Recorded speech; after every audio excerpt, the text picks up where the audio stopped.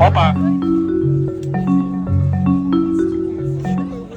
Всі кажани, яких ми сьогодні випускаємо, це кажани, які врятовані з дуже різних обставин.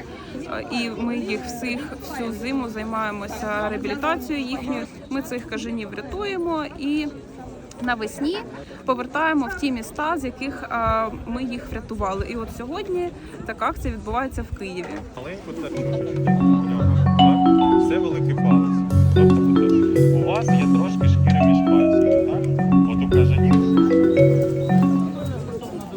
Влітку у кажанів новий старт в Лисицькому лісі. От я прийшла сьогодні за новим стартом, щоб полетіти і підтримати кажанячу спільноту таким чином.